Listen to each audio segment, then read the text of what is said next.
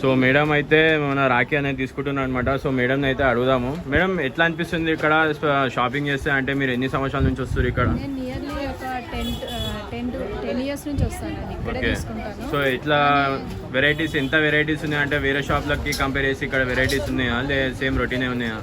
ఇక్కడ యూనిక్ ఉంటాయండి. యూనిక్ ఉంటాయా? యూనిక్ ఉంటాయి. ఎవ్రీ ఇయర్ యూనిక్ ఉంటాయా? అంటే లాస్ట్ ఇయర్ ఈ ఇయర్ ఉన్నా కానీ ఎవ్రీ ఇయర్ కొత్త కొత్తవి వస్తూ ఉంటాయి. ఓకే. ఇంకోటి ఏంటంటే ఇక్కడ ఫేమస్ ఇక్కడ బాబీ రాఖీస్ కానీ చాలా బాగుంటాయి.